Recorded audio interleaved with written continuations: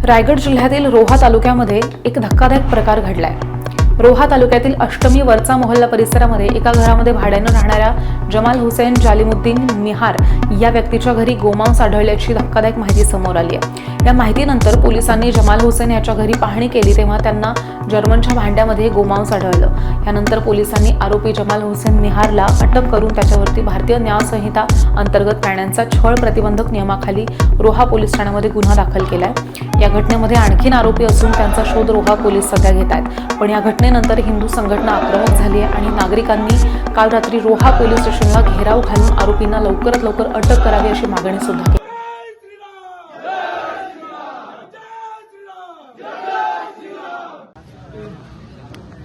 साधारणतः एक 7-7:30च्या दरम्यान आम्हाला माहिती अशी भेटली की अष्टम वरच्या मोहल्ल्यामध्ये एका रूममध्ये गोमांस आढळून आलेलं आहे असं। तर त्या ठिकाणी आम्ही गेल्यानंतर जवळजवळ 3 किलो गोमांस तिथं आम्हाला त्या रूममध्ये भेटला आणि भेटल्यानंतर मग मुपडे साहेब असतील, PA साहेब, त्यांना आम्ही सदर जागेवरती बोलवलं आणि त्या इथला जो रहिवासी आहे, हा आमच्या संशयतेनुसार तो इथला रहिवासी नसून तो बांगलादेशचा रहिवासी आहे आणि त्याच्या रूममध्ये जवळपास 3 किलो गोमांस तिथं सापडलाय आणि ह्याच्या आधी सुद्धा तो त्या रूममध्ये गोमांस घेऊन यायचा आणि हे प्रत्येक वेळ व्हायचं, पण ती माहिती आपल्याला मिळत नव्हती। ती यावेळेला आपली ती माहिती मिळाली। मग धर्मरक्षक हिंदू संघटना असतील आणि सर्व रोहेकर असतील आणि सगळ्या हिंदू संघटना असतील, यांनी त्या जागेवरती आम्ही जाऊन सदर गोमांस आम्ही ताब्यात घेतला। पोलिसांनी ते ताब्यात घेतलं आणि कांबळे डॉक्टर असतील, त्यांनी ते व्हेरीफायसाठी पुढे पाठवलेलं आहे लॅबमध्ये। आणि हे जे काही आता जवळजवळ हा 3रा ते 4था गुन्हा आहे हा रोहा शहरामध्ये। मध्यंतरी गाईच्या वासरूला आपल्या सणाच्या आधीच कटिंग करून तिथं सोडला होता। तर जवळजवळ आज ही 5वी ते 6वी घटना ही आणि नुसतं गुन्हा दाखल करून हा विषय सुटला जातो इथल्या इथं, पण ठोस पुरावे असून सुद्धा आरोपी तर सापडला जात नाही।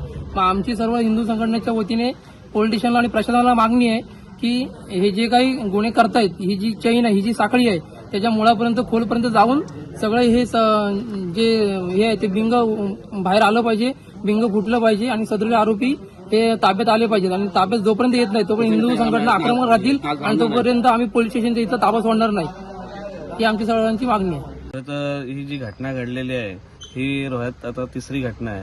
प्रशासनाला आम्हाला एक तर विचारायचं आहे की तुम्ही झोपलात का, झोपेचं सोंग घेतलंय की काही करताय, हे तुमचा प्रश्न तुम्हालाच आम्ही विचारतोय। कारण काय माहितीये का, आज ही घटना घडली ही एकदम निंदनीय आणि आम्हाला संवेदनशील झालेली आहे। आम्हाला अतिशय दुःख झालेलं आहे। कारण कसं आहे, आम्ही गोमाताला राज्यमाता म्हणतो, आमची आई म्हणतो। आज आमच्या आईला जर कापली गेली असली तर आम्हाला किती दुःख झालं असतं, तसंच दुःख आम्हाला आज झालेलं आहे। त्यामुळं ह्यांना पोलिसांना आम्हाला सांगणं आहे, जोपर्यंत घेणारा तर तुम्ही पकडालच, पण कापणारा आणि जो देणारा आहे हे जोपर्यंत भेटत नाही तोपर्यंत आम्ही काय इथून सुटणार नाही आणि आम्ही तुमचा काय पिछा सोडणार नाही। आता आम्हाला तुमच्यावरती विश्वास राहिलेला नाहीये। आम्हाला फक्त इथं माणूस जो गुन्हेगार आहे तो इथं अटक झाला पाहिजे आणि त्याच्यात कठोरच्या कठोर कारवाई घडावी ही आमची प्रशासनाला त्यांना हात जोडून विनंती आहे। पण नाही केलं तर आम्ही वेगळ्या पद्धतीने तीव्र आंदोलन करू। आम्हाला जे काय करता येईल ते आम्ही आता करू। आम्ही आता शांत बसणार नाही। जय श्रीराम।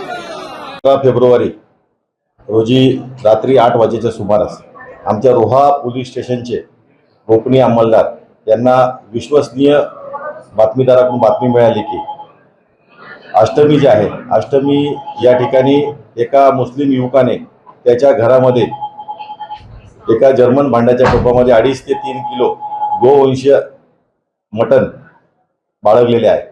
अशा इन्फॉर्मेशनवरून तात्काळ रोहा पोलीस स्टेशनचे अधिकारी व अंमलदार हे त्या ठिकाणी काही मिनिटातच पोहोचले।